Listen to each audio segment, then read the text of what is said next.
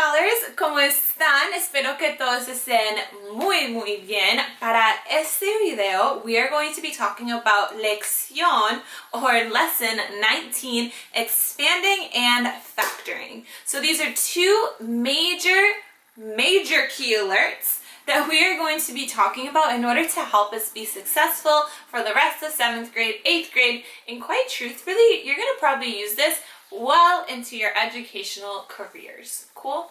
So we want to learn how to apply the distributive property to either expand or factor an expression with specifically negative coefficients. So again, continuing to elaborate on those negative coefficients, making sure that we're able to use them successfully and not creating any issues for us when we go to solve for whatever that variable is if we were to convert that into an equation. Okay?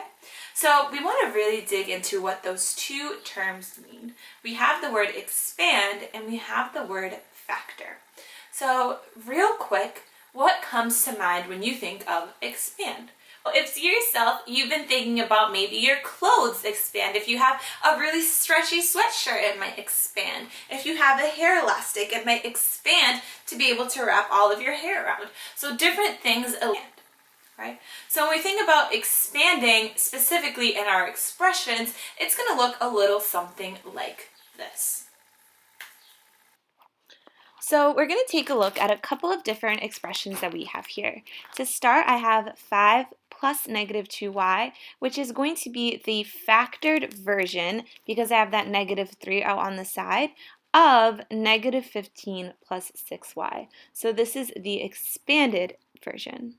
So now that we have this second one, let's see if we can expand it. So I'm going to have 5a plus negative 3, 30.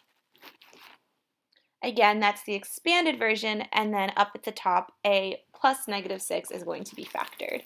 Here I have 6a plus negative 2b, and we want to actually factor this out ourselves. So 2 times what is going to equal 6a? Yeah, 3a, which we have right at the top. And then taking a look at negative 2b, right? What did we multiply 2 times to get negative 2b? And just a negative b, right? Right in front of that negative b is actually a negative 1, so we have negative 1b times 2. And then we just go ahead and check our work real quick to make sure it matches up with our expanded version, and we are all set.